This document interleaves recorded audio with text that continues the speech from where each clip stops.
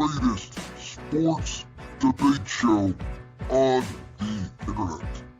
Jalen Carter does not dive for his knee. He grabbed his knee, though, which was a dirty play. That was a football play. You don't get to talk anymore. Football play. You don't get to talk anymore, sir.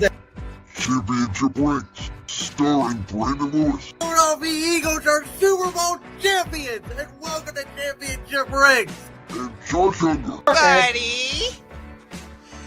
So, who was right about the Indiana Pacers making it to the conference finals? Well, let's see. Jalen Brunson gets hurt, and Alex Burke gets hurt, and Mitchell Robinson gets hurt, and Josh Hart gets hurt. You have the easiest road to the Eastern Conference Finals this side of the Boston Celtics. So, were you right, or was it the NBA gods saying, let Josh Ungar be the only person in the world to pick the Indiana Pacers? Nope, I was right from the beginning. Begins now. An NBA champion has been crowned. Moves have already been made, and we are live. Welcome to Championship Rings on this special Thursday edition of the show. I am Brandon Lewis, the host of Brandon's World, alongside my usual partner, Ungar to the Max, Josh Ungar, the host of the Sports Room Talk Show. Josh, the NBA season's officially over. We got baseball, we got wrestling to talk about tonight. I'm excited. Yeah.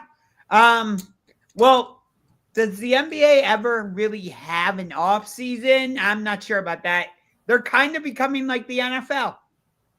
In a way, yes, they're trying to be that way, though I think that the NBA offseason linking into essentially the last game of the season is not necessarily a good thing. We'll talk about that, though, in a little bit. Let's first talk about our initial reaction. Now, I want to say something off the bat. If you guys know, last Sunday morning, me and Josh, we did a special 1-hour edition of Championship Rings where we exclusively talked about Game 7. During that episode that aired, it was a special episode. We did not cut any clips of it or anything on our YouTube channel or anything like that. It was just an exclusive live show. I had mentioned that I believed that Tyrese Halliburton was not as hurt as he was allegedly said to be after Game 5. I said I watched him in Game 6. I watched him move. It did not look like he was laboring to me.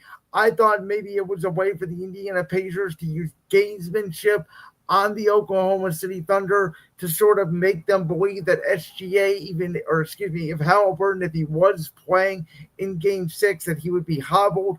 And clearly that was not the case about 5 minutes into Game 7. We'll get into, obviously, if that would have changed the game or not. But I want to make that statement right off the bat here on today's show that, yeah, sometimes I say outrageous things. Yes, I got that one wrong. Tyrese Halliburton was clearly actually injured, and I do wish him a full recovery. Yeah, and, he started off the game well. He hit 3 deep 3-pointers, and Indiana was hanging right in there. Heck, even after he got injured, they had the lead at halftime.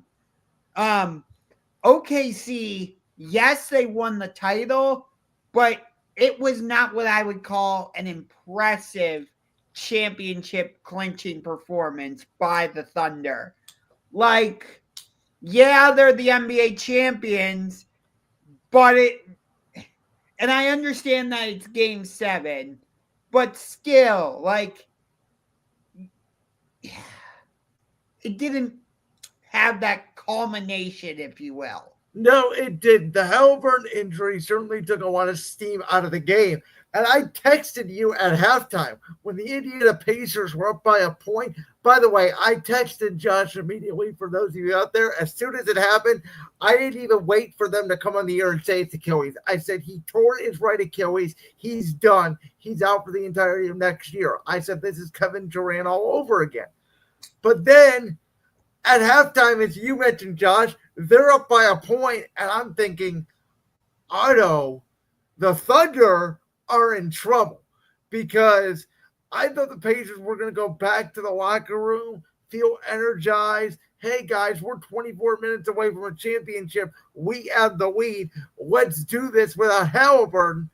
And it turns out from about 4 minutes left in the third quarter to about 7 minutes to go in the ball game, the Oklahoma City Thunder not only went on their patented 19-2 run to bloom the lead from 4 to 21, but the story of the game was the only guy in the second half who could score a basket for the Indiana Pacers about midway for the fourth quarter was freaking TJ McConnell. Everybody disappeared. Pascal Siakam disappeared. I mentioned in our show on Sunday, I thought the key to the game for the Pacers, Miles Turner was going to have a big game, and he basically no-showed. Nembhard pretty much no-showed. Neesmith pretty much no-show, and it was TJ McConnell out there for the most part playing 1-on-5 basketball in the second half of Game 7 of an NBA Finals game. Yeah, Shea didn't have a great game for Oklahoma City. Neither did Jalen Williams. It was really like Chet Holmgren coming on late in the second half to seal it for OKC. And that was more defensively. Yes. It wasn't really offensively. I wouldn't say anybody on OKC had a great game offensively. After the game, I wasn't like, okay, that was a fantastic Game 7 performance by SGA. No, really by nobody. And the crazy thing is, I know you have probably heard this stat that's been going around. Do you realize that the free threes Tyrese Halliburton made in the first quarter, he made the most threes out of anybody in the whole game? Yeah.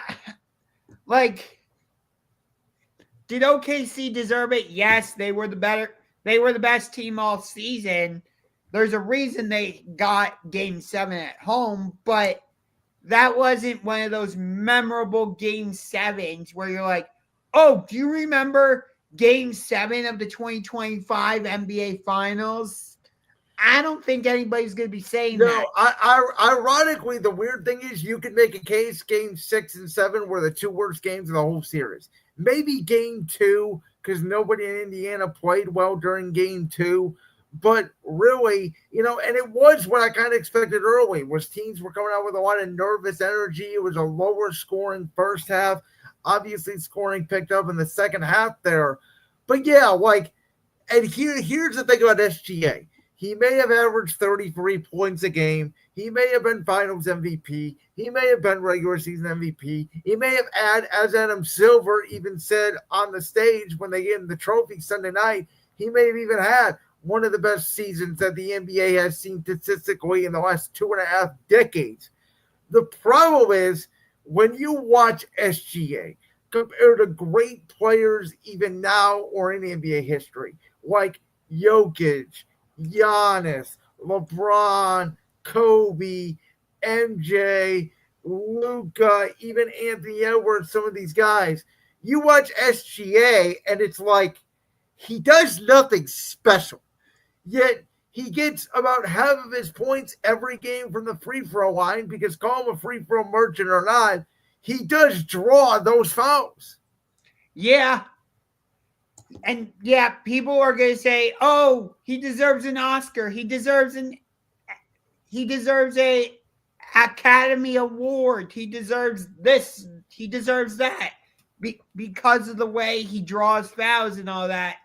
It's because of the way he attacks the basket and gets you up in the air to foul him. And he initiates the contact, and the NBA has done a better job, I would say, over the last few years. They've changed some of the rules where, you're not allowed to lean in anymore to the guy and put up a shot, or they're going to call it an offensive foul. But I have always said this, the ability to draw fouls is a skill, and he has that skill. And this season, unequivocally, he was statistically the best player in the NBA this season.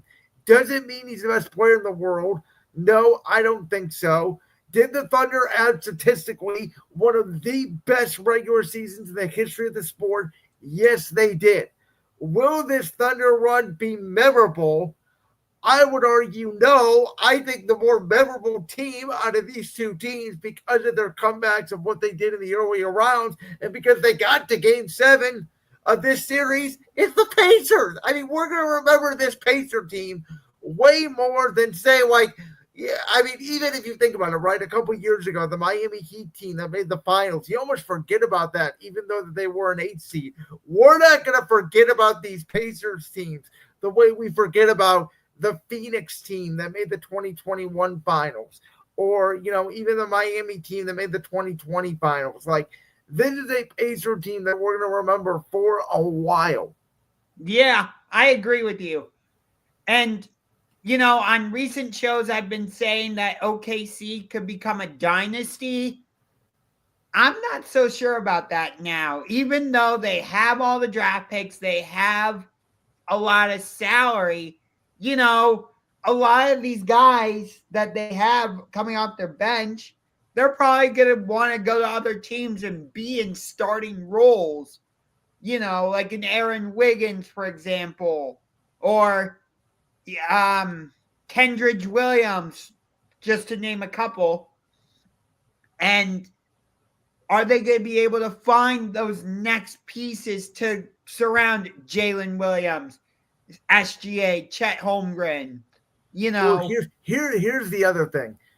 Like it or not, Adam Silver made it very clear last night during the first round of the NBA draft when he said, it is a new era in the NBA where small market teams, big market teams, everybody feels that they have a chance to win the championship. With this new second apron, and we're going to talk about, obviously, what the Boston Celtics have already done to shed some salary. Adam Silver has made it very clear he does not want dynasties. He does not like dynasties in this new NBA. And so, yes, I think it's going to be very hard. If OKC was in the East, I think all like Boston last year, who you could make a case maybe was even deeper than OKC this year, you can make a case for it. It's certainly debatable. I think we would be having a different conversation than if OKC was in the Eastern Conference compared to the Western Conference. Yeah, I mean, and you look at the Western Conference, you got Dallas, you got Houston, who took a huge step. You got San Antonio, Minnesota, the Clippers, Denver, the Lakers. Yep. We're going to talk about some of the bigger fish, obviously, in the next couple of segments here. I do want to move on, though. I do want to talk about, let's move to the East real quick before we get to the West. Let's talk about Tyrese Halliburton's injury and how it impacts the Eastern Conference. Because we know Kevin Durant is on his way to Houston. We're going to talk about that in the next segment. But reportedly, Josh, our Cleveland Cavaliers did inquire about Kevin Durant. And Phoenix did not take the deal. It's unclear whether or not Cleveland's the one that brought up Darius Garland. It sounded like Phoenix was the one that mentioned Garland's name, and the Cavs didn't want to do it. It sounded like the Cavs maybe tried to move off Okoro and Dean Wade, like we talked about a couple weeks ago on the show, to set some salary to maybe make that work. But my biggest takeaway here from the fact that there is going to be no Tyrese Halliburton for all of next year. Jason Tatum is probably not going to be back till maybe the start of the playoffs in the East at that. Damian Lillard, older player in Milwaukee, he's probably done for the season. We don't know still what's going on between Giannis and the Milwaukee Bucks. The Knicks don't even have a coach yet. The Magic are young, but they haven't gotten past the first round in their playoff spot. The Pistons are young, but their coach's name is J.B. Bickerstaff. Need I say no more?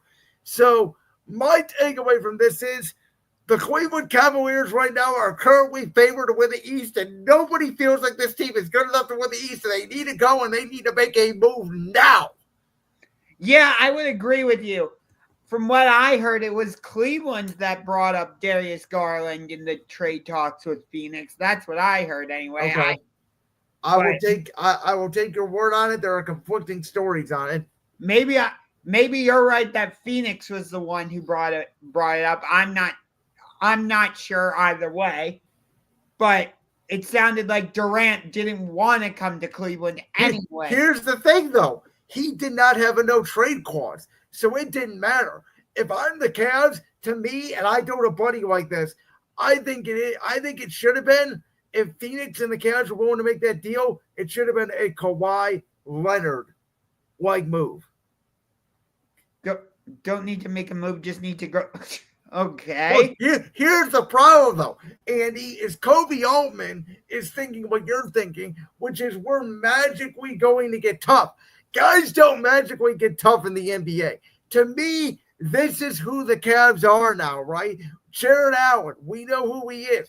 Great regular season center. Darius Garland, we know who he is. He's a very talented scoring guard. But this is the third postseason in a row now he's gotten hurt. And I brought this up as soon as we were eliminated from postseason contention this year. I brought it up to you, Josh. I said, Donovan Mitchell, like it or not, if you want to put him in the superstar category, top 10 player, we can have the debate about it. But the fact of the matter is he, as the best player on a basketball team, has not gotten his team to the Eastern Conference Final, and he did it in Utah, and he's doing it again here in Cleveland. Yeah, he never got the Utah Jazz to the Western Conference Finals. And by the way, it wasn't like they were a bad team. The one year, they were the number 1 seed in the West. And got eliminated by the LA Clippers. Yes. Which I believe the Clippers would have faced the Bucks in the NBA Finals that season if Kawhi didn't get injured. Stop me if you heard that one before. Good God. So my takeaway is, so the Knicks to me now, because they didn't go out and get Durant, they're obviously not getting Giannis. Whoever their coach is, whether it's going to be Jason Kidd, whether it's not going to be Jason Kidd, because there's still those rumors out there. It's not going to make that big of a difference because they're going to stay pat. The Pacers are not going to be the same team next year. I already mentioned the fact that the Magic could be very good. The Pistons could be good, but they're very young teams. The Cavs are the team like Oklahoma City was this year. The team that got bounced in the second round. The team that's really good. That was the number 1 seed that just needed to go through growing pains. Oklahoma City made one key move this offseason. They went out and they got Alex Caruso, a long, lengthy defender, a veteran, a former NBA champion, by the way, with the Lakers in 2020. That's not the only move they made. They signed Isaiah Hartenstein. And they got Hartenstein too. So can the Cavs, can they go out? A move that was floated today. We're going to talk about the Celtics here in a minute. Reportedly, Derek White is on the trade block. Go get Derek White. Give up Max Strus. Give up Dean Wade. Give up Okoro. Go get a tough guy who's a 3-and-D guy who can be your backup point guard to Garland if you're not going to move off Garland. I would do that deal in a heartbeat. Boston's asking price might be higher than that. Well, listen, though. This was the deal I heard. Whether or not this is going to go down or not, this was reportedly the trade that was offered. It was going to be Derek White to the Los Angeles Lakers for Rory Archimura and Don't Connect. And a 2031 first-round pick. Dang. So reportedly it was Boston the one who was putting out feelers. So if that's the case, it's why I'm saying you can give up Strus and Okoro and go get Derek White. You're probably not going to have to give up that much because the Celtics don't want assets back. They want money back, which is why they traded away Kristaps Porzingis for George Niang of all people. Yes. I do think that this Halliburton injury opens the door for another team to jump up into the top 6. And that's Scotty Barnes and the Toronto Raptors. So you are with Kendrick Perkins on this. I don't know if you've seen the big discourse today online between Bill Simmons and Kendrick Perkins. Yes, I did. I do think Toronto can jump up into that top 6. I think Cleveland will be the number 1 seed. Probably New York in that number 2 spot, if I had to guess. And then 3 through 6, it's going to be some combination of like Detroit, Toronto, maybe Boston, and Orlando. Let me just say this. I'm not predicting this, but I'm saying there is a world this happens. If by the grace of God, which the NBA gods do exist, they're not as harsh or as great as the NFL gods, but they do exist, ladies and gentlemen. If by the grace of God, which the NBA gods do exist, they're not as harsh or as great as the NFL gods, but they do exist, ladies and gentlemen. If by the grace of God, which the NBA gods do exist, they're not as harsh or as great as the NFL gods, but they do exist, ladies and gentlemen. if the Philadelphia 76ers somehow stay healthy, they are a top 5 seed in the East, roster-wise. If they stay healthy. Yes, that's what I said. It's a big if. But if Embiid stays healthy, Paul George stays healthy, you obviously have Maxey. Now you're bringing in Entercombe out of Baylor. Like, they are top-heavy. They are built like the old NBA, and it's not a championship team. But that is also a roster that gives the team like the Cavs that don't have a ton of size outside of Allen and Mobley, obviously, issues. Yeah, I agree with you. But do I trust that Joel Embiid can stay healthy? No. No, but what I'm saying is on paper, like, I think they're better than Toronto. On paper, yes. But do I think they can actually get to that potential? No. Hell, I'll tell you a team, I'll tell you what, that I actually think could be better than Toronto, too, that no one's talking about. What about Chicago? No. Really? What do the Bulls have? Kobe White, Vucevic, Josh Giddey, they were coming on at the end of last season. I remember that was one of the teams that we talked about in the play-in tournament that you said you did not want to play because they had the Cavs number. No, they were one of the teams I did want to play. Okay, well, I know we were back and forth in Miami, Atlanta, who, let's face it, I don't know what Atlanta's going to do. Who knows? They could be frisky, I guess. Those were the two teams I did not want to play, Miami and Atlanta. Like, I like Chicago. I think Chicago was coming on kind of like the Rockets were. I'm not saying to the Rockets, but remember 2 years ago when Houston almost made the play-in tournament and they didn't because Golden State snuck in? And then obviously last year they were the 2 seed. I'm not saying the Bulls are going to make that big of a jump, but could they make a jump from, what were they, the 9 or the 10 seed to the 5? Yeah, they could. I believe more in Scotty Barnes, Emmanuel Quickley, and the Toronto Raptors. Oh, I think White, Giddey, and Vucevic is way better than what Toronto has. But in terms of the Pacers, I think this puts up – they still have Siakam. They still have Nembhard. They still have Nesmith. They could still hang around in that top 6. Oh, no one's saying that. I think they're going to be a 5 or 6 seed. They're just not a championship contender. No. If I had to make a top 6 right now, it would be Cleveland, New York, Orlando as the 3 seed. I'd probably put Boston as the 4 seed, Indy as the 5 seed, and either Detroit or Toronto as the 6 seed. That's fair. It's time to talk, though, about the big move that was made over the weekend during Game 7 of the NBA Finals. Before that, which I'm here to say should be banned by the NBA. It was just absolutely wrong. It took everything away from the game because all they talked about during the pre-show of Game 7 of the NBA Finals was Kevin Durant. Good job, NBA. But this does, Josh, in my opinion, I am going to lay my stamp right here, right now on the line. The question on the screen is, does Kevin Durant make the Rockets title contenders? Not only do I think the answer to this is yes, but I am here to say right here, right now, I have till October to change my prediction. But I'm hereby declaring that I believe the team that will make it out of the Western Conference next year will be the Houston Rockets. Interesting. I don't love that they gave up Dylan Brooks in this. Oh, I love it. I love the fact that they give up Dylan Brooks. And Dylan Brooks is not a winning player. He's a punk. Yes, he's a defensive guy, but he can't shoot, and he's just a punk, and he's a bad locker room guy.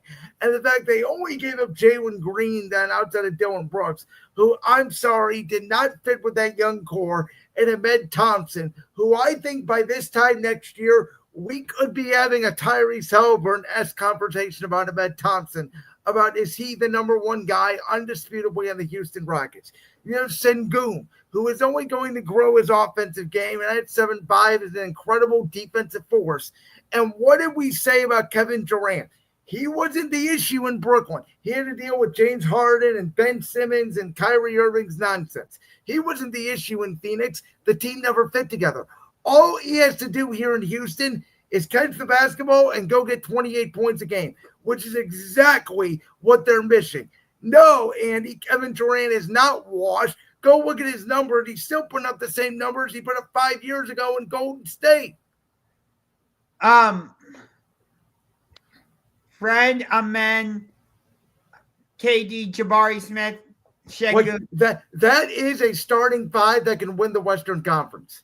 Yes, it is. That could be a championship team, honestly. Starting five. It depends. I think the main part of this too is that Fred VanVleet signed an extension to stay with Houston. Yes, and by the way, they have Easton off the bench. They have Steven Adams, NBA champion, off the bench. So they have guys. They have length. Like Durant was there to go get buckets. He's not going to be the leader. Ahmed Thompson's going to be the leader. Ime Udoka is going to be the leader. Durant didn't have a real coach in Phoenix. He didn't have a real coach in Brooklyn. He's finally going to get a coach that's going to tell him, hey, KD, all we need you to do is go get baskets. But here's the thing. KD wanted to go to either Houston, San Antonio, or Miami. Those were his three preferred destinations. And he's going to one of them in the Houston Rockets. Can you get this Rockets team to a better place than when before you got there? And by the way, they were the 2 seed last year, and it's not like it was a fluke that they have an older roster and all that. They're young, and they are, again, essentially replacing Jalen Green, who outside of game 2 against Golden State in that series was abysmal, with a guy who will literally on his worst night give you 22 points. So you're talking about him and how he doesn't have to be a leader, but you also mentioned the fact that Houston has a really young core. They do, but they do have leaders on that team, mainly the coach, Ime Udoka, who, even though he flamed out in Boston, the players said nothing bad about him in Boston. There's been nothing but great things said about him here in Houston. And I think Ahmed Thompson is going to become that guy because he's shown it later this season. Excuse me. I understand what you're saying. And for the most part, I don't disagree with you. But I do think he does need to show some leadership for this Rockets team because they have a young core and most of them don't have the type of experience that Durant does. You know, he's a 2-time NBA champion, 2-time finals MVP. He's won a regular season MVP. Most of these guys on the Rockets, they haven't been to outside of like Fred VanVleet, for example. And that's the other thing. They have VanVleet. They have Steven Adams. So they have guys that have been to or won championships. I get that.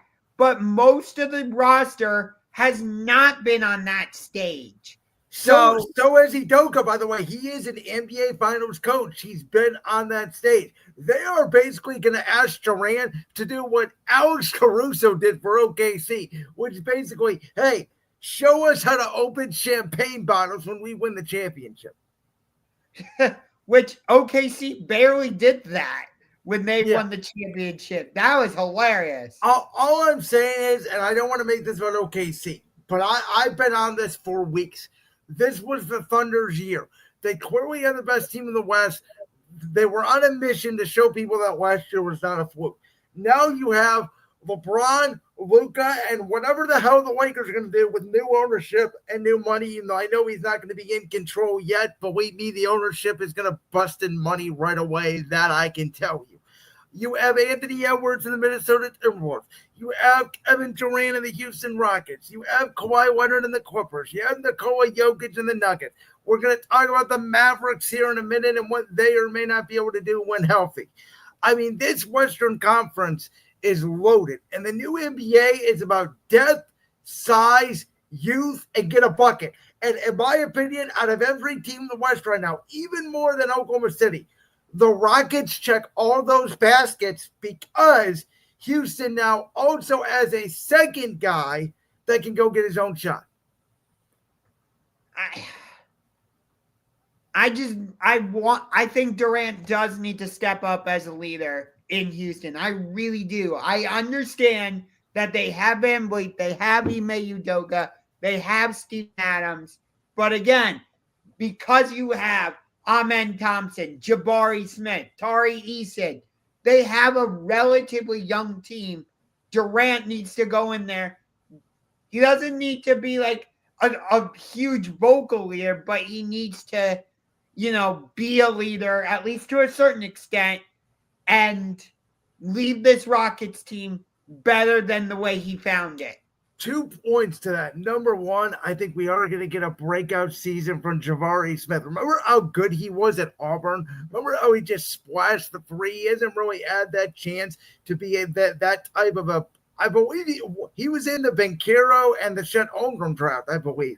It went Banchero, Holmgren, and then Smith, if I'm recalling correctly. I think that was the draft where we weren't sure who Orlando was going to go with, number one. Yeah, and the tea leaves, though, were leaning more towards Banchero than Chet Holmgren. We'll see, obviously. It's obviously worked out for OKC. We'll see how it works out for the other two squads. The other point is, I'll just make this real quick. The Toronto Raptors team in 2019. I banged them all the time. I don't think it was a legitimate championship. I think they only won the championship because the Warriors were injured. But they did get for the East. They did win the championship. And Kawhi Leonard was the best player on that team. He was not the leader on that team. And I think you could see something very similar here with Houston and Kevin Durant.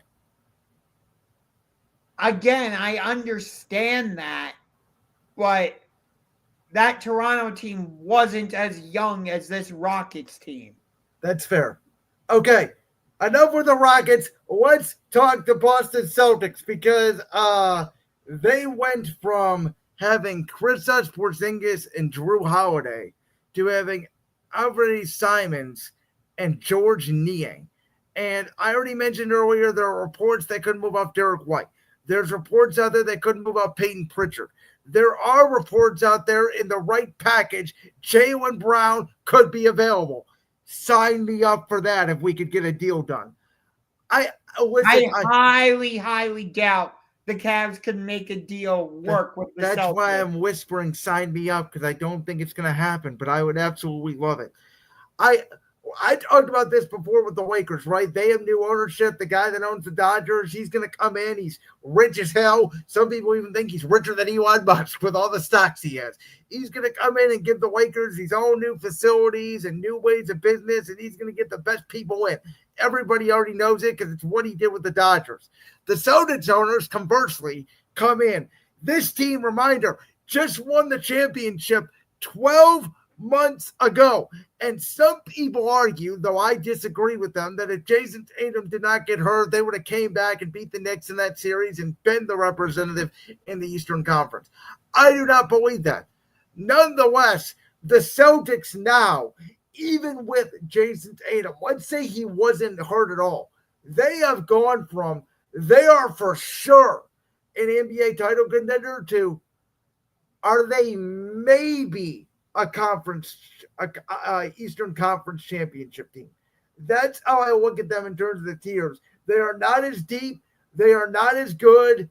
They're especially not as good defensively. They're not as good shot makers. And if they are going to continue to do this formula that we talked about throughout the postseason of Joe Mazzulla say, guys, who gives a rip about defense? Who gives a rip about twos? Let it fly and hope it goes in from 3-point range.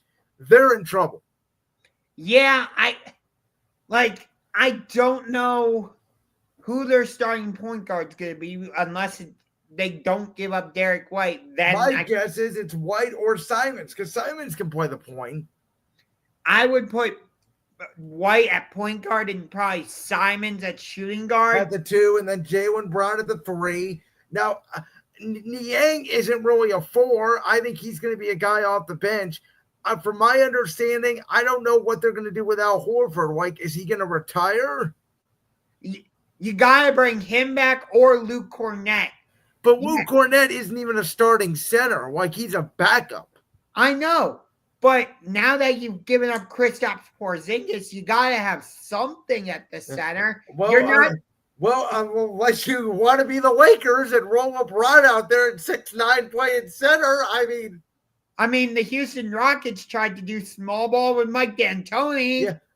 You know what? For Mike D'Antoni's faults, which I always hated, that 7 seconds or less offense, it was kind of ahead of its time. It just wasn't the right time.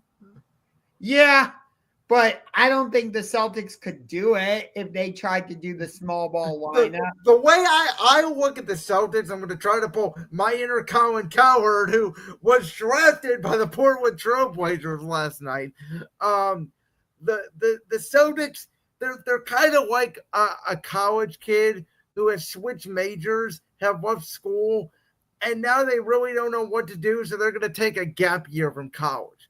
Like, they are literally the team that's like lost in limbo. It's like, well, our expectations are like the 4 seed and a first round playoff win, and we're happy because we saved more money because we're going to get a profit out of it. Yeah. Like we were battling with them for the top seed in the East most of the season. Just all February and all March, all we said on this show, and it makes us look so bad for it. But by the way, we weren't the only ones saying it, that it would be a catastrophe if the Celtics and the Cavs did not meet in the Eastern Conference Finals. And guess what happened? We didn't get it, and it was a tragedy. Thanks, Indiana. Thanks, New York. Really appreciate it. I mean, everybody in March literally said, oh, yeah, it's going to be the Cavs Celtics in the Eastern Conference Finals. Look how things have changed now in the last 3 months. Now, all of a sudden, the Cavs, nobody knows how tough they are, and Boston has shredded so much salary. It's weird. Like, you would think. And when the Celtics were sold, I kind of thought it was a non-story. I know you thought it was a bigger story than what it was. I was like, at $6 billion, like, you want to invest in the team, don't you? You want to get the team better, not worse. Yeah. And then the Lakers go ahead and get sold for $10 million. Yeah, and as I said, everybody expects that ownership to spend more money. Yeah. The Lakers got sold for $10 billion, not $10 million. Just for clarification purposes. But yeah, the Celtics are like that middle child where you're not sure what they're gonna be. Whereas, like, you look at your older child and you're like, okay, I know what you're gonna be. And you look at the youngest child and you're like, okay, I see a lot of potential in you. And then you look at that middle child and you're like, what? Yeah, I mean, it's sort of like you have a high-profile job and you do really great at your job, and then all of a sudden you get fired. And you're working with the same skill set, but and you're trying to figure out whether to go to a new job or whether to become independent, right? Where it's like they don't know what they want to do. I could very well see them saying, Jaylen Brown makes $60 million. We're not paying that. We're trading Jaylen Brown. I don't think it's out of the realm of possibilities. Let's see. Dean Wade, Max Strus, Isaac Okoro, a first-round pick, second-round pick. You know what?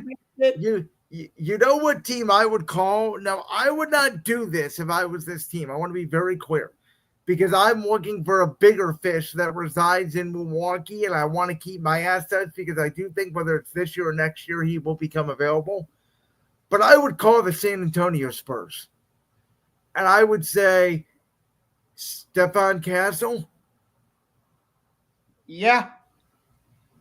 If I'm the Celtics, I'm calling the San Antonio Spurs. I know the Celtics have played this team multiple times in the Eastern Conference Finals, and they had a great rivalry, actually. But if I'm the Miami Heat, I'm calling the Celtics about Jaylen Brown. Well, if you're the Celtics, they probably want back like Tyler Hero, and it sounds like Miami wants to pair Hero and Adebayo with somebody. Which I think they're crazy, but they're like, we have Eric Spoelstra, we have a good coach, so we'll figure it out.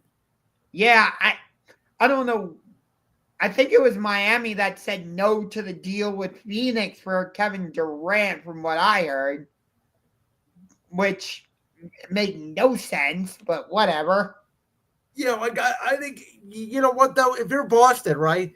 I said this dating back to when Jason Tatum first got hurt.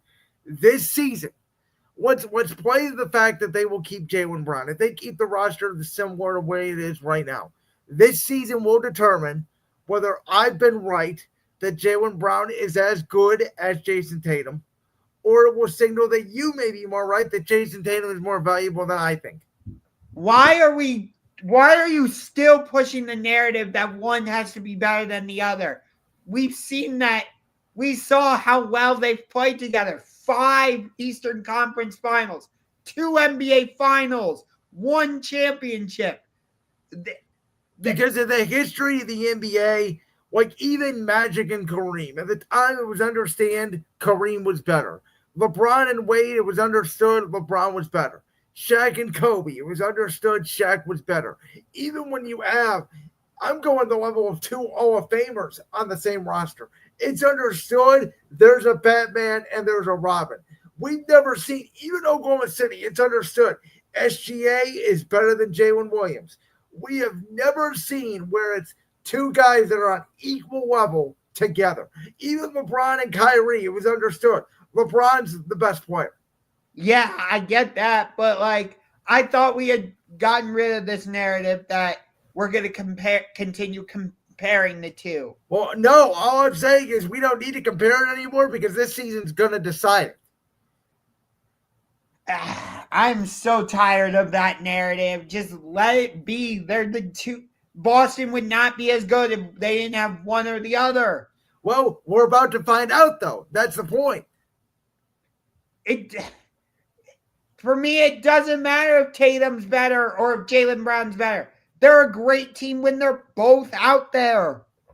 Okay, fair enough. I will leave it to rest at that because we will talk about Cooper Flagg, who is officially a member of the Dallas Mavericks. And there's a lot of talk today around the sports media world of, oh my God, if they're healthy, Kyrie Irving, Anthony Davis, Cooper Flagg, how lucky did Nico Harrison get that he got the number 1 pick? He could turn it all around and make the Luka Doncic trade look amazing. I love Cooper Flagg. I think he has a real chance to be a superstar in this league and potentially lead the Mavericks to the finals over the next 2 decades. But I'm sorry, they're going to be a good team. Like we talked about when it came to the health of the Philadelphia 76ers, I don't trust the health of Kyrie Irving and Anthony Davis. And no, I don't think this Mavericks team next year is a legitimate championship contender. Yeah, no, they're not a championship contender. Even with a newly re-signed Kyrie Irving, even if Klay Thompson stays healthy, I like PJ Washington. They were able to keep Daniel Gafford. I think they'll be a playoff team. They'll be top 6, but maybe second round. I don't see them getting to the Western Conference Finals. The way I see it is, in today's NBA, we talked about it obviously with the Celtics last year, the OKC Thunder this year. Even if we had the debate back and forth between Tatum and Brown, we still understand they are 1A, they are 1B. Kyrie and Anthony Davis, neither one of them is a 1. I know Anthony Davis, there might be some controversy there. I have never felt like Anthony Davis could be your best player and lead you to a championship. Did not feel that way in LA. Do not feel that way in Dallas. I think for this Mavericks team to be a championship team, the guy who's 6'9", coming out of Duke, who captivated the college basketball world this year, needs to be their number 1. And this year, he's going to be, when everybody's healthy, their number 3. For the time being, he's going to be their number 2 next to Anthony Davis. He's going to get a lot of shots up. I think he could average 17, 18 points, 7 rebounds, maybe 4 or 5 assists a game. I think he's going to have an impact right away, maybe a bigger impact than what LeBron even had in Cleveland his rookie year, what Victor Wembanyama did in San Antonio, because those were terrible teams.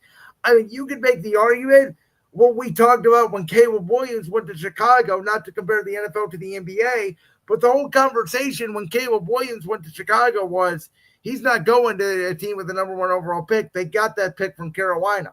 Cooper Flagg is not going to the worst team in the NBA in the Hornets or the Wizards. He's going to a team who, I don't care how the Dallas Mavericks tried to spin it or not, they were 1 win away, and they were trying to win that game from being in the playoffs and not even having an opportunity at the lottery. Yeah. And again, the NBA can deny it all they want. They rigged the draft lottery for the Dallas Mavericks. If you trade Luka Doncic to the LA Lakers and make them relevant, we'll give you the number 1 pick. Nico Harrison said, okay, I'll do it.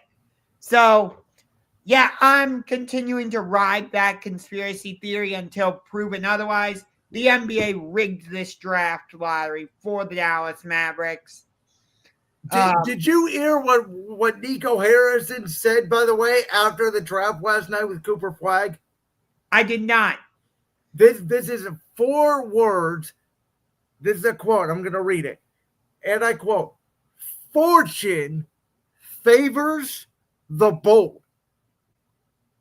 Basically, what he's saying is, yeah, did we get a little bit lucky? I got lucky, but now look at me. That trade's going to turn out great. No, buddy. You risked your entire NBA life on a little, I think it's a 4-digit, could be 3-digit, but I believe it's a 4-digit little ping pong ball combination. Because if you did not get Cooper Flagg, we would still be looking at this Luka trade as literally the worst trade in NBA history. I even heard, even before the Cooper Flagg draft pick, Mavericks fans were still chanting "Fire Nico" at the Mavericks draft party. Very well could have been, but I'll tell you what, those fans looked very happy last night. And Dallas has always had a good basketball fan base, and not to be racist or anything, but it's just a fact they've gone from white guy Dirk Nowitzki to white guy Luka Doncic to white guy Cooper Flagg. Yeah, I don't know. I still think it's going to be hard for the Mavericks to sell their fans on this. Not specifically on Cooper Flagg, but like they thought Luka Doncic was going to be the next guy to get his jersey retired, play his whole career with the Mavericks, get a statue outside the American Airlines Center just like Dirk Nowitzki. And that didn't end up happening. And this is another case of new ownership, right? Because I truly believe this. And Mark Cuban said he would basically divorce his wife before he traded Luka Doncic. So there's no way in hell this is a scenario if Mark Cuban's still the majority owner of the Mavericks. I know he still has somewhat of ownership. And by the way, it's what I was saying about the Lakers thing on Brandon's World this week was Mark Cuban said he was still going to be involved. He's not really involved. So when these new ownership happens, again, just like the Celtics, now we got the Lakers, the Mavericks, they may seem like small stories. They're turning into big deals. I agree with you. I fully agree with you there. I don't know if you fully answered the question yet. I don't know if I gave you a full chance to sort of give your sort of way out. What do you expect from Flagg his first year? Rookie of the year, gets the Mavericks to a top 6 second round. Okay, that's fair. I mean, do you think like me, like I think he could average 18 points, 6 rebounds, 8 assists. Like I think he starts game 1. I mean, he's gonna have to. He's the number 1 pick. He's not Anthony Bennett. Oh my god! Well, that draft class was literally the worst draft class in the history of the NBA. So, yes, he was the number 1 pick, and Mike Brown had him on the bench as like a scrub. And they could tell right away in the first training camp practice in September that he was a bust. But nonetheless, I don't think Cooper Flag is going to be that. I am here, though, to say this. I think Cooper Flag, I think if the over-under was set in like 1.5, I would take the over for him to win an MVP. I think he's going to be the MVP, and I think 2-3 years from now, he could be in the conversation as one of the best players in the league.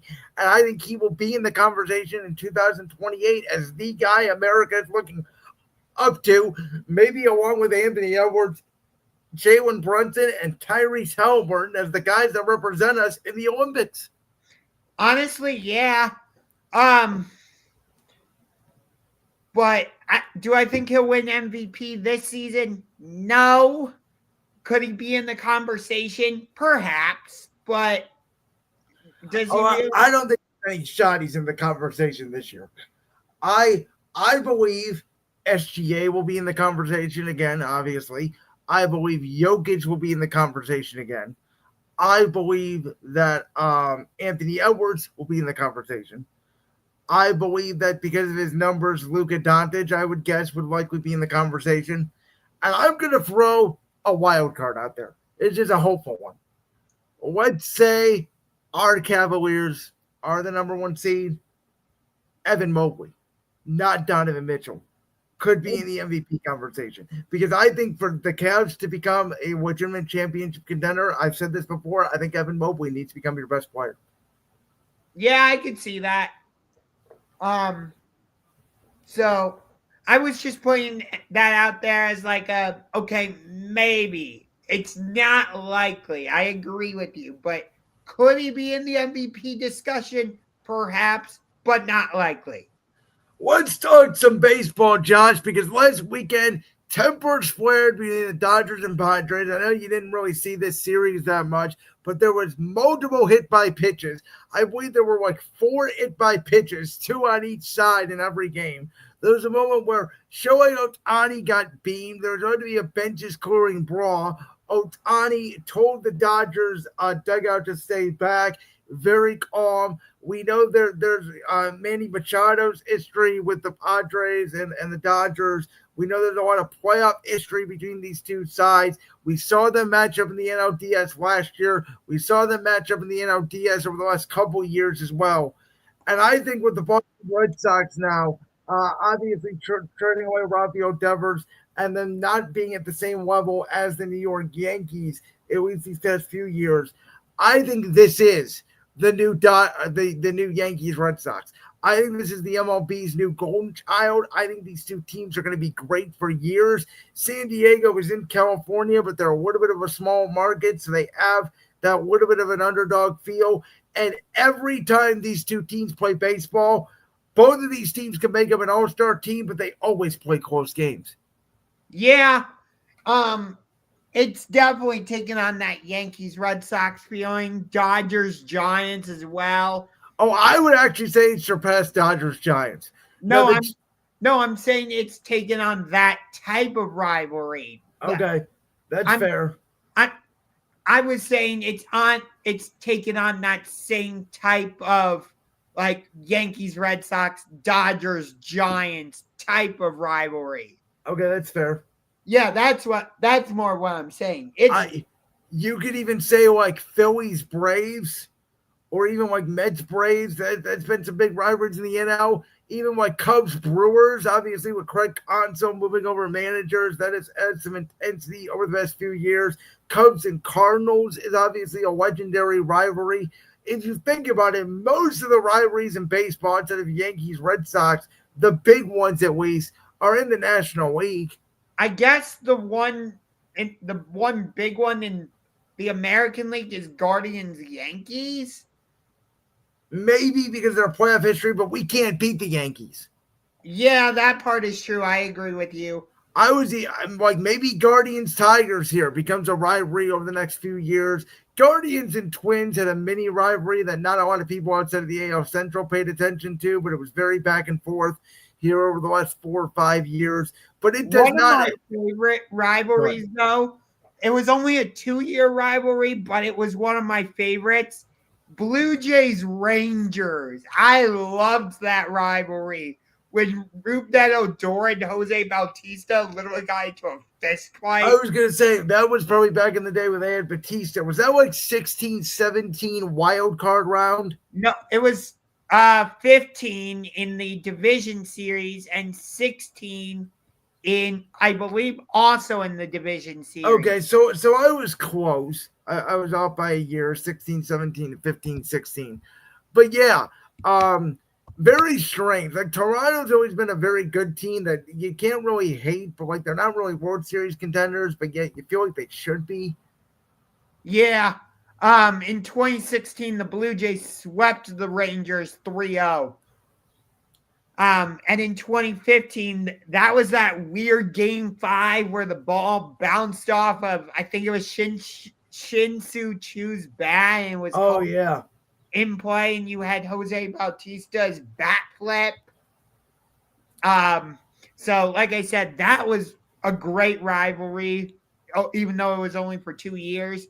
But yeah, I would probably say Dodgers-Padres is the best rivalry in Major League Baseball right now. But like, Major League Baseball doesn't really do a great job of marketing. So like, if you told me Dodgers-Padres was on tonight, I would be like, it is? I didn't know that. I think they've done it. I'll say this. They've done a better job, shockingly, in my opinion, than the NBA over the last year or two at marketing the young stars that have entered this league. I think Ohtani going to the Dodgers, that move of him crossing from LA Angels to the Dodgers has significantly increased the attention in baseball, and it's helped with the marketing. I would agree with you, but like, we haven't heard anything about Major League Baseball and what they're going to do since they're most likely leaving ESPN next year. Well, they're negotiating right now with other networks. I've heard NBC is involved. I've heard Amazon is involved. Ron Manfred did come out, and he did say he wants an NBA-like deal. He wants streaming, he wants cable, he wants broadcast. By the way, the Athletics had their groundbreaking ceremony in Vegas, so that is happening. Whether we like it or not, I still strongly dislike that. Go back and listen to our first season of Championship Rings. The clip is on YouTube. Make sure to follow us, youtube.com/Championship Rings 216. I remember having a deep conversation about that. Yes. But is Dodgers Padres like a top 5 rivalry in all sports? I don't know. Like, if you told me Dodgers Padres was on, but on the other side, the Steelers and the Ravens are playing, 10 out of 10 times, I'm choosing the Pittsburgh Steelers against the Baltimore Ravens. Or if you told me on one side I get Dodgers Padres, but on the other side I get Duke North Carolina, 10 out of 10 times, give me the Duke Blue Devils against the North Carolina. That's the one I was going to ask you about, because that's the one I know we've had this conversation in the past. That's the one I completely disagree with you on. I think Padres Dodgers is way bigger than Duke North Carolina. Maybe it's because I'm a bigger college basketball fan, but anytime Duke North Carolina is on, I'm finding a way to watch it. Oh, let me ask you this just impromptu real quick. It relates a little bit to it, but we talk about the baseball rivalries, we talk about some NFL rivalries, even like college basketball. We know college football has the main rivalries. Name me the last great NBA rivalry. Cavaliers Celtics. Cavs Warriors. So interesting. They both rivalries we just mentioned involve the Cavs. Yes, they do. My thing is, I know the Cavs and Celtics have played, obviously in some playoffs here, but the only real playoff they played that was significant was 2024. Cavs Warriors went to the finals 4 straight years. Like, I think you can make a case Pacers Knicks is the second closest thing we've gotten to Cavs Warriors. Yeah. Cavs and Celtics have played each other 6 times in the playoffs since 2008. Both teams winning 3 series apiece. It has, but it's not consecutive. Like, it's very broken up. 2008, 2010. 16, 17, I'll give you. That was, or 17, 18. That was the real rivalry. 17 and 18. 2015. So 3 years and 3 times in 4 years.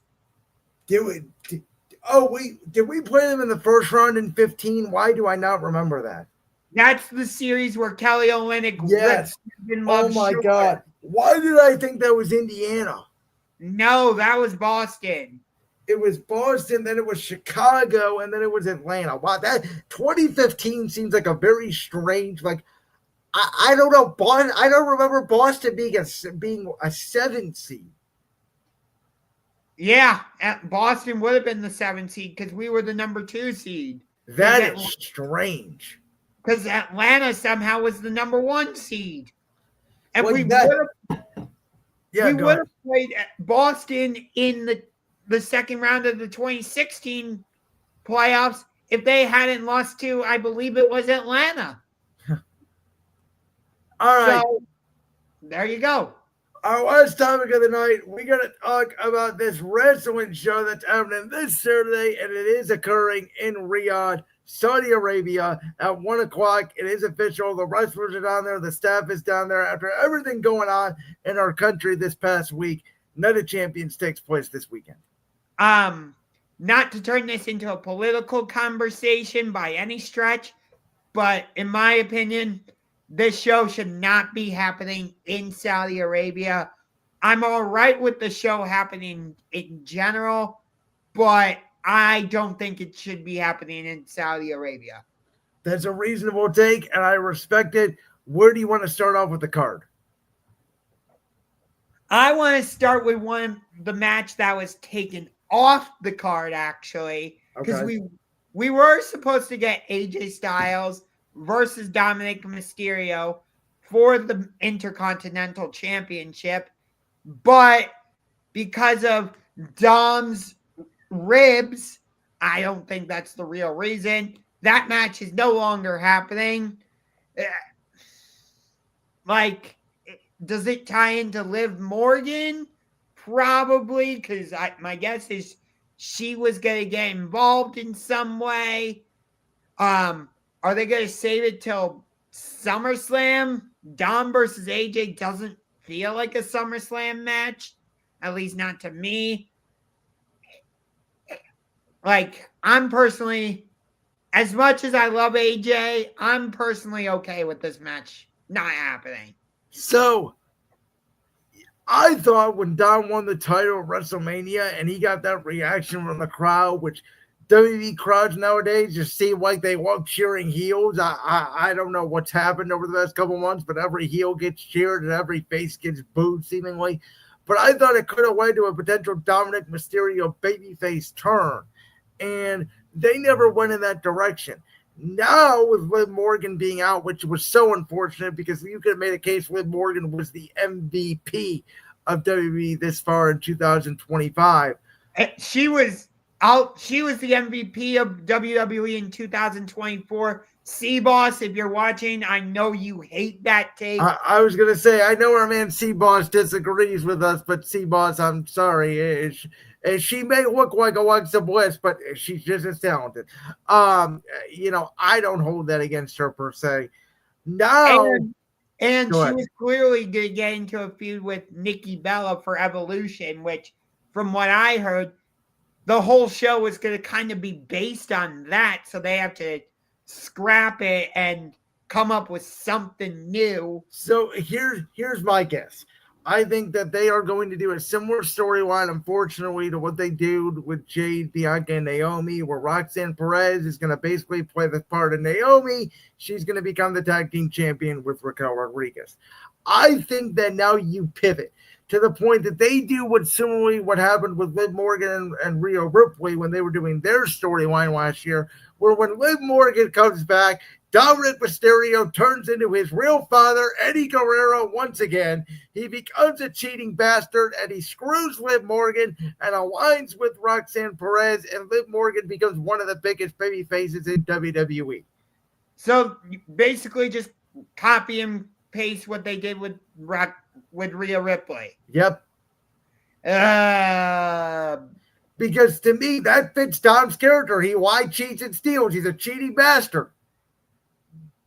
It's okay. I don't love the idea of, oh, let's do the same story 5 times. Oh, that sounds great. Okay.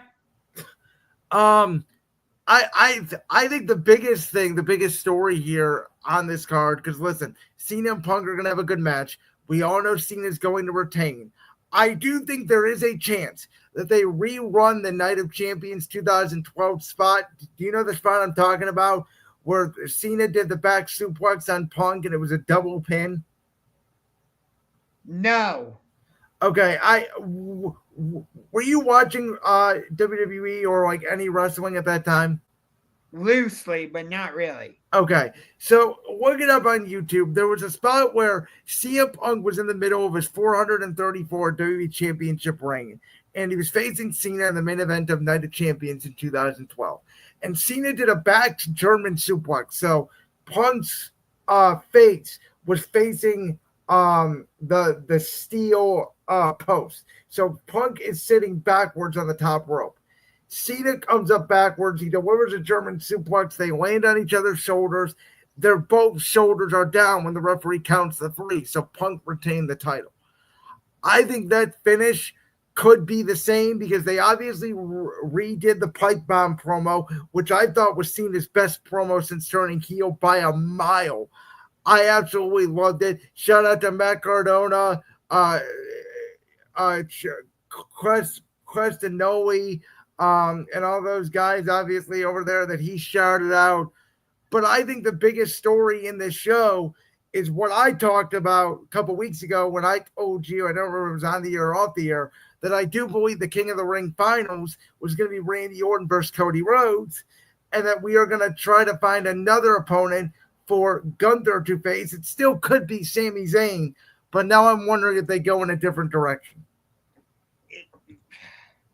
Yeah, I still think the better story would have been Sami Zayn, but he's facing Karrion Kross at Night of Champions, which I don't know what you do with that match because Kross has been getting a lot of strong reactions when he's been on TV, but Sami is on this journey where everybody is telling him, you are going to be a world champion.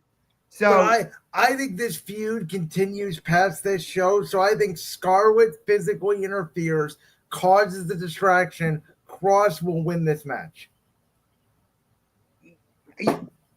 Yeah, but with SummerSlam on the horizon, I think they want Sami in a big match. Maybe, probably not against Seth because it looks like they're going to do LA Knight versus Seth. Well, maybe it's still Gunther. I mean, we don't know. There is another world championship match out there. You don't necessarily have to win it by King of the Ring. But I am now sticking to my gut that Seth Rollins is not going to cash in on the World Heavyweight Champion. I think Cody is going to defeat John Cena, and Seth Rollins could cash in on Cody. Now, I have another theory as well. I think there are 2 ways this could go at SummerSlam, Josh, and I'm sorry to be all over the place. I apologize, but since we're on the topic of the World Championships, I think they both sort of intertwine. So I believe 2 things could happen. Number 1 option is Cody versus Cena. Cody wins. Seth cashes in. You don't do Gunther versus Sami. Gunther faces somebody else at SummerSlam. Option number 2. Gunther does face Sami Zayn at SummerSlam for the World Heavyweight Championship. Seth Rollins does cash in on Sami Zayn and win the World Championship, and you start that arc again of Sami having the Bryan Danielson, or Daniel Bryan, if you will, esque WrestleMania 42 arc to get back to the championship. You mean WrestleMania 32, not 42? Well, WrestleMania 42 coming up, for Sami to get back to the championship. Then, for the Undisputed Championship, you do a double turn. The Rock comes out, and Cody Rhodes, so desperate to get his championship back, finally turns heel and screws John Cena out of the Undisputed Championship. And then John Cena goes back to being the ultimate babyface and tries to dethrone Cody Rhodes before he retires. Yeah, I guess you could do that. I don't know if WWE would do that. It seems like they've referenced The Rock, but like Cena hasn't really done anything with The Rock since his heel turn, which this heel turn has been okay, but I don't think. Here's my thing. I think a lot of people are missing the actual point of this heel turn. And I get it, right? Everybody wants John Cena to have his best matches. We want to celebrate Cena because it is his last year. But the heel turn and the gimmick of I am going to ruin wrestling for every person and everyone is literally what he's doing. He is having terrible matches where he seems like he can't wrestle. And he's wrestling like a chicken shit heel on purpose. That doesn't mean you don't have to like it, but I think people are misinterpreting what this heel turn actually is, which is why I think I'm actually enjoying it, because I think it's the funniest shit, it being a chicken heel shit. Yeah, I get it.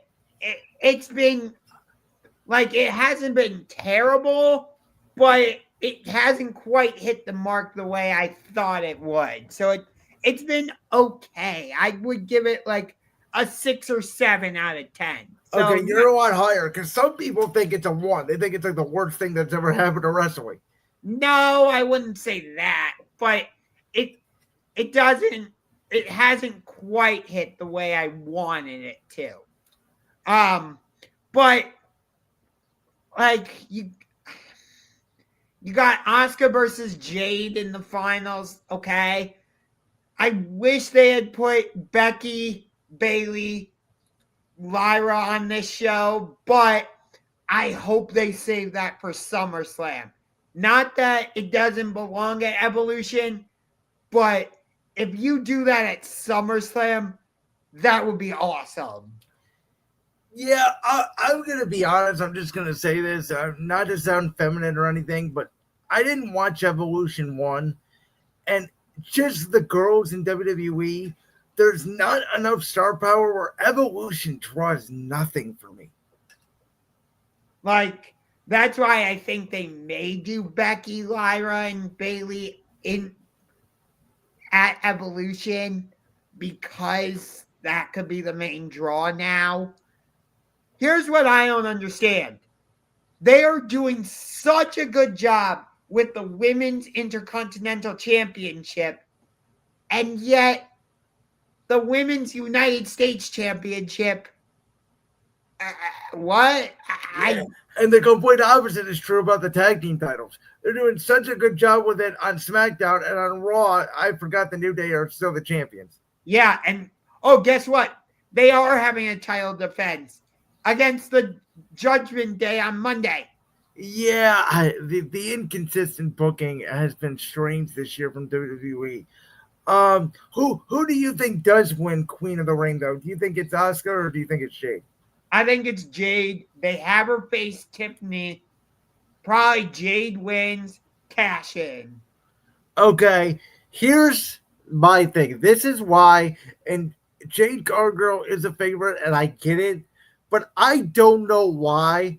I don't think WWE is going to want the King of the Ring and the Queen of the Ring on SmackDown, technically, exclusively. So I actually think Asuka wins.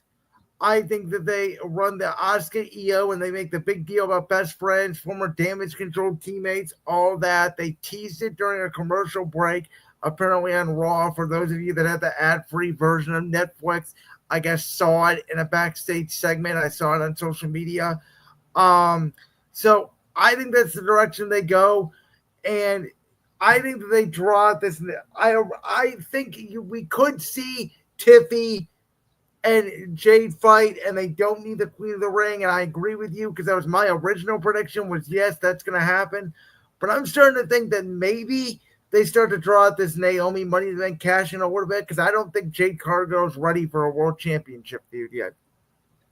And by the way, in terms of Tiffany Stratton, why are we going back to Nia Jax? I don't know, but at least it's going to finish tomorrow. they're going to have a good women's last man standing match. I actually think it will be a very good match because their match on SmackDown, the last time they did fight, I was like, why are we doing this again? They did have a very good match. That they might be doing a last woman standing because that's when Naomi cashes in. And then you could do Jade winning just because of that. Like I said. And just do Jade versus Naomi at SummerSlam? Wow, okay. Yeah. For the title? Yeah, I could see it. And then, Bianca, well, then at that point, maybe Bianca gets involved, and maybe that's your triple threat for SummerSlam. And you do Bayley, Lyra, and Becky at Evolution, like you said. Yeah.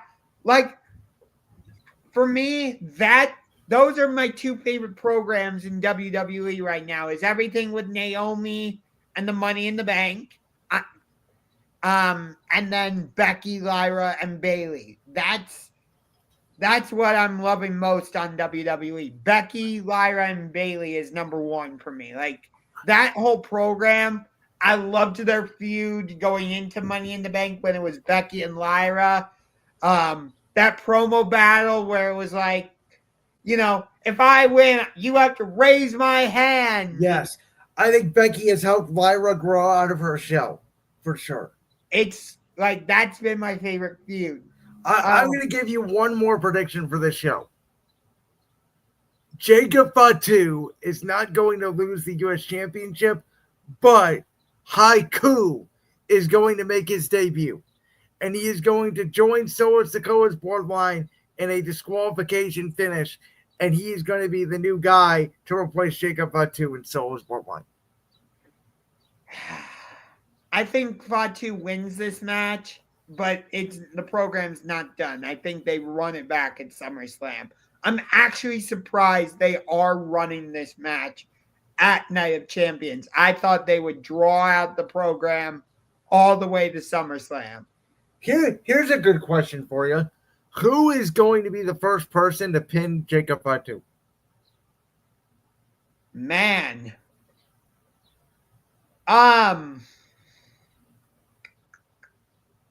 Maybe Jimmy? But Jacob's a babyface now. True. I think down the line, maybe a Braun Breaker, a Bronson Reed. Maybe he gets involved in the Seth Rollins storyline down the road. Maybe. Because I think there's a possibility he goes technically undefeated like Gunther until next year's WrestleMania. Like, when he loses, it's going to be a big deal. That I agree with. And it's not Solo. I would be absolutely shocked if it's Solo. Yeah. I'll be honest, I'm not sure if I'm going to watch this show. I might be at Progressive Field to see the St. Louis Cardinals take on the Cleveland Guardians. I will be there on Sunday. Oh, that's funny. Because I don't know if this is another one of our impromptu topics. I don't know if you feel this way, but when certain teams come to Cleveland to play, the Browns, the Cavs, or the Guardians, I'm like, I want to go because they're in town. Especially in baseball, for me, because, now we see them more frequently because of the new scheduling format. But back in the day, I was telling my buddy, like the Cardinals, they would never come here.